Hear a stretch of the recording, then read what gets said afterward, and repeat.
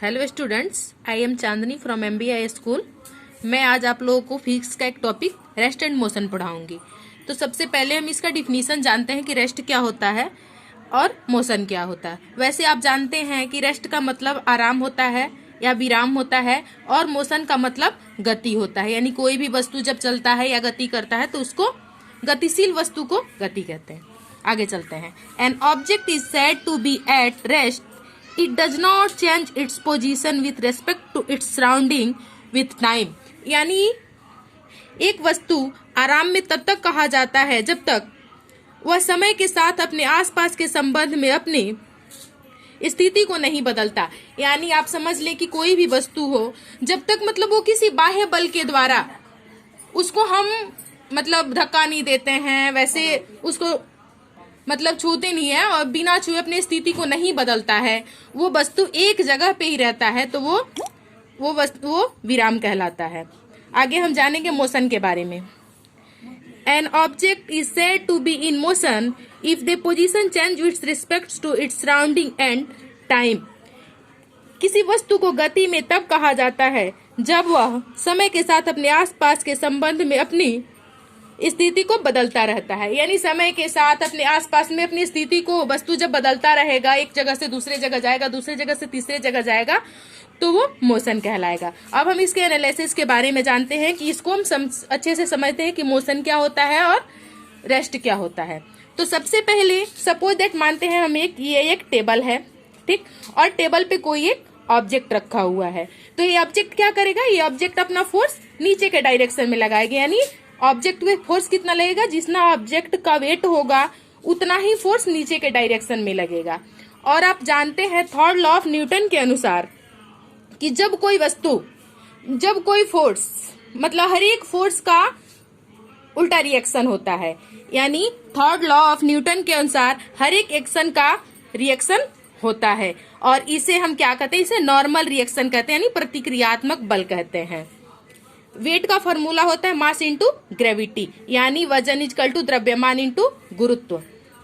अब हमने क्या ऑब्जर्व किया, we observe if any object will be rest whenever the force applied to it balance. यानी हमने ये ऑब्जर्व किया कि जब भी कोई वस्तु आराम की स्थिति में जब रहेगी, आराम की अवस्था में हो, तो उस पर लगने वाला बल बैलेंस होगा।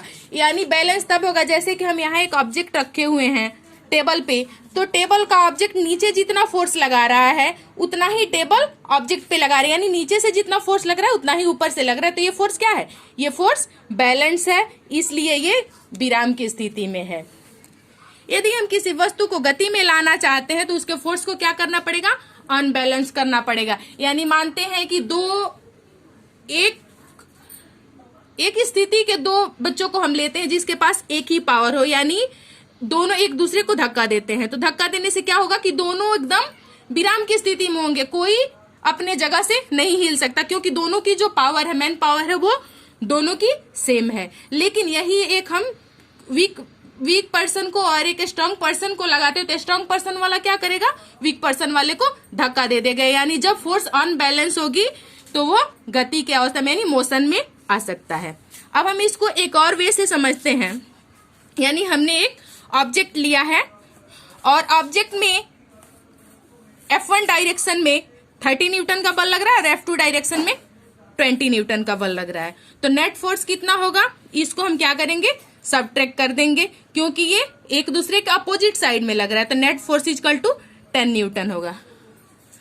तो जब 10 न्यूटन होगा और दोनों अनबैलेंस हैं, अलग अलग दिशा में लगा रहे हैं, तो ये क्या होगा, ये सब जो भी ये ऑब्जेक्ट होगा इसका पोजीशन जो होगा वो मोशन में होगा, यानी गति के पोजीशन में होगा। अब सेकंड देखते हैं हम यहीं पे।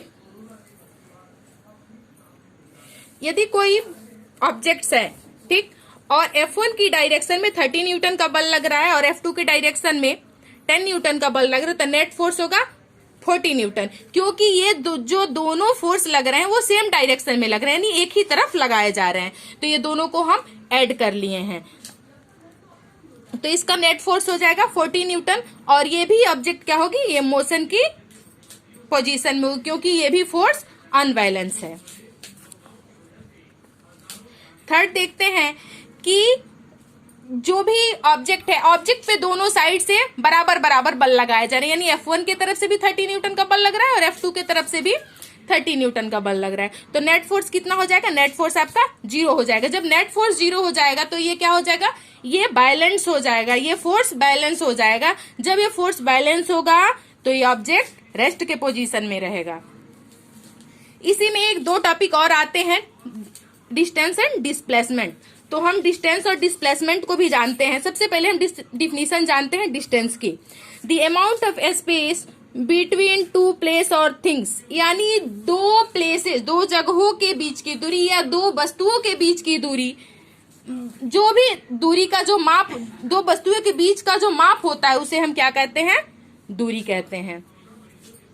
अब डिस्प्लेसमेंट की डिफिनीशन हम जान लेते हैं। Shortest distance between initial and final point, यानी कोई व्यक्ति ए बिंदु से चलता है और बी बिंदु पे जाके रुक जाता है, तो आपका इनिशियल पॉइंट ए होता है और फाइनल पॉइंट बी होता है। तो ये ए और बी के बीच की दूरी को हम डिस्प्लेसमेंट कहते हैं, और जो ए और बी के बीच की जो भी शॉर्टेस्ट डिस्टेंस होगी उसको हम डिस्प्लेसमेंट बोलेंगे। इधर हम फिगर के माध्यम से डिस्टेंस और डिस्प्लेसमेंट को समझते हैं।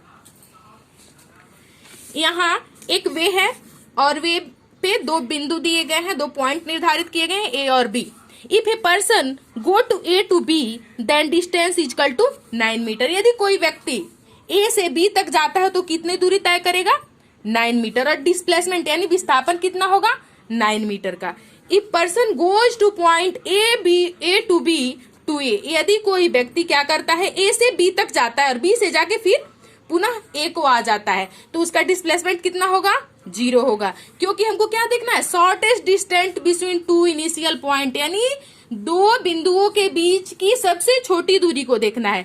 तो ए से बी तक जा रहा है और बी से फिर ए तक जा रहा है, तो डिस्प्लेसमेंट उसका कितना हो जाएगा? 0 हो जाएगा, क्योंकि ए से फिर वो ए पे ही आ जा रहा है, इसलिए इसके बीच कोई डिस्प्लेसमेंट नहीं है। तो डिस्प्लेसमेंट यहाँ पे 0 मीटर हो जाएगा। आगे हम मानते हैं सपोज वे इज सर्कुलर, यहाँ हम ले लेते हैं, मान के चलते हैं कि कोई भी जो रास्ता है वो सर्कुलर ट्रैक हो, तब हम बताते हैं इसको। तो इसमें डिस्टेंस क्या होगा? डिस्टेंस इसका पूरा डिस्टेंस हो जाएगा 2πr। बिकॉज क्यों? क्योंकि ये जो सर्किल का जो सरकमफ्रेंस होता है वो 2πr होता है। एट डिस्प्लेसमेंट क्या होगा?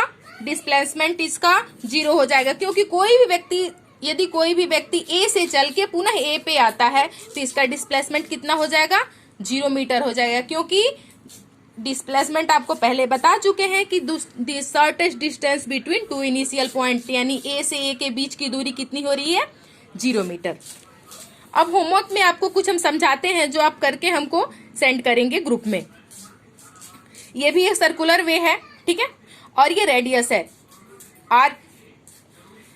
क्वेश्चन है if a person goes to A to B then, यदि कोई व्यक्ति ए से कहा जाता है? बी पे जाता है। ए से कहा जाता है? बी पे जाता है, तो डिस्टेंस क्या होगा?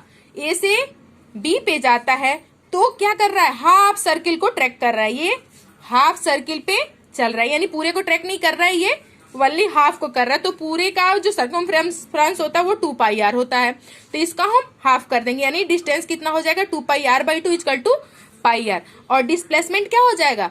तो यहाँ हमको डिस्प्लेसमेंट के डिफिनीशन से देख लेना है कि जो डिस्प्लेसमेंट का डिफिनीशन होता है वो shortest distance between two initial point. तो हम सबसे छोटी दूरी को लेंगे, तो ए और बी के इस दूरी को ना लेके हम छोटी दूरी को लेंगे, यानी ए एंड बी का जो छोटी दूरी है उसको लेंगे। तो A and B equal to 2r, यानी ये 1r और 1r इक्वल टू 2r। अब इसको आप करेंगे, करके बताएंगे। ये फिगर है, आप ध्यान से देख लीजिए। In figure a person goes to A to B, यानी ये कोई व्यक्ति ए से बी को जाता है। Find the distance and displacement if r equal to 7, यानी आप क्या करेंगे कि कोई व्यक्ति ए से बी तक जाता है तो क्या हो जाएगा? उसका पहले आप डिस्टेंस काउंट करेंगे, उसके बाद उसका डिस्प्लेसमेंट बनाएंगे और डिस्प्लेसमेंट बता के आप इसे ग्रुप में सेंड करेंगे।